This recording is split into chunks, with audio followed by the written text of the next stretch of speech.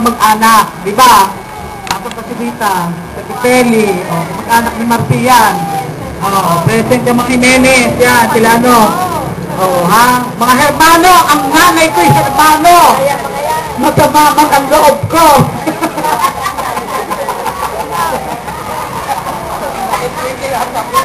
Sige tinatakbo, sabi ko, matamamang loob ko na halo-haluan kami ng Portuguese. Di ba hindi mo kayo Spanish Portuguese? Kasi halo-halo na kami. Kastila, Inche. Kapasyo, kamag-anak namin. Tapos, ano pa ba yun? Ay, sino pa ba yan? Baka hindi ako ma-mention, hindi tayo boto. Di ba yan? Sila ano, ha? Kaya mo, pag-iipunan ko, yan ay magiging building na eskwelahan na yan. Ng college, hayaan nyo. At pinag-uusapan pa namin doon sa Kapitolyo. Ibabaksak ko ang presyo ng lupa para lang maging college ng pulo. Wala pang college dito eh. Yung pong lupang nakikita niyo dyan, yan po ay pag-aari ng ang pamilya. Ano po? Kaya yan po ay for sale. Ngayon, wala nang bumili. Sabi ng Diyos, talagang nalalaan yan para kay Governor, para gawing college, school. Diba? Wala pang college dito sa atin, kasi ayan, pag naka-high school, hindi pa lang kayo sa kabila. Diyos ko naman ang laya, kayo naman si Karina, lalakarin nyo lang, wala nang pamatake. Saan kayo paglabas din eh? Ayan na, diba? Kaya ako kakandidato eh. So, 2010, meron na. Diba?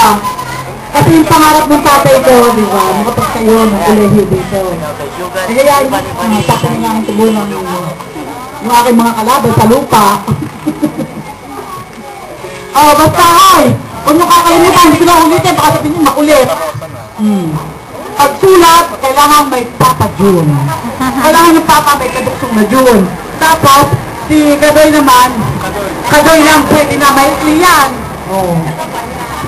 Maikli lang yung susulat nyo. Ay, mga bagay, huwag nyo kaming kalilimutan. Ay, kung saan, kayo magsalita din eh. Hapon po sa inyong mga kababaihan, kamag-anak, kaibigan. May lalaki. Kaibigan ka.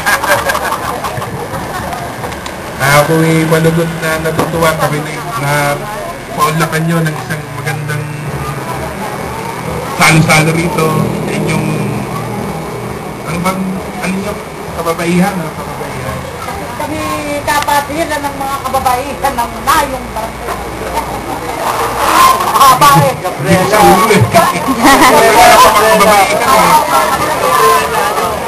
Kami ang botis ng mga kababaihan dito sa pulo. Botis ng mata. Yeah. Kaya ko po'y tumatakbo bilang kagawad independyente sa Barangay Pulo. Sana po kami tulungan nyo. At ito po ang aking kasama. Si Papa June Alcaide.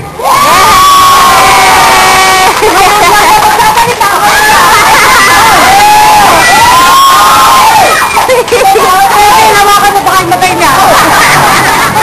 Magandang hapon po sa inyo lahat.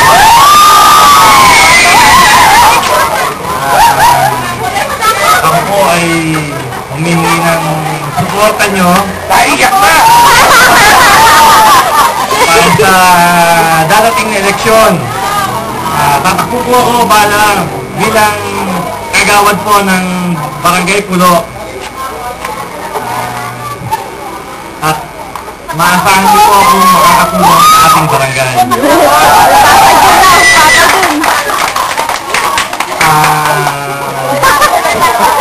Ang sulat ko na po sa balota, Papa June. Kasi po, maraming June po, kaya ginamit ako po ng Papa June para maliwanag po yung siya po, maraming salamat po. Ang meaning po ng Papa, tumalikod ka lang ineng. Ayan. Papa. Ang pulo, atin to. Maraming salamat po.